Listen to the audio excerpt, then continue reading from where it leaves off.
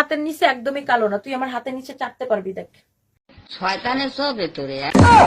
রুবাইয়া ফাতেমা তনি, আমার কিন্তু অজু ছিল, নামটা নেওয়ার সাথে সাথে অজুটা চলে গেছে। জামাতের নিবন্ধন বাতিল করার জন্য উইয়া লাগছে। তার সাথে কি জামাতের নিবন্ধন শুধু রুমাইয়া তনি না, শেখ হাসিনা স্বয়ং বাতিল করছিল, সম্ভব হয় নাই। জামাতকে দমায় রাখার কোনো শক্তি বাংলা মাটিতে এখনো পায় নাই। ইনশাআল্লাহ এই যে যুব সমাজটাকে নষ্ট করতেছে অশ্লীলতার ভিড়ে, দেখুন না কি বলতেছে। একদমই কালো না, তুই আমার হাতের নিচে চাটতে পারবি, দেখ। আমি কিছু বললে হঠাৎ বলবো না যে আপনার হাজী সাহেব মুখ খারাপ। এইরকম অসংখ্য ভাষা, অসংখ্য গালাগালি আমরা নিজেরাও জানি, কিন্তু সময়ের পরিপ্রেক্ষিতে আমরা সেটা ব্যবহার করতে পারি না। এই যে এই নর্তকী সোশ্যাল মিডিয়াতে জামা কাপড় বিক্রি করে, আর এখন রাজনীতিবিদ হয়ে গেছে। হ্যাঁ, আজীবন শুধু শুনছেন বউ ব্যবসায়ী, আর সে হলো জামাই ব্যবসায়ী।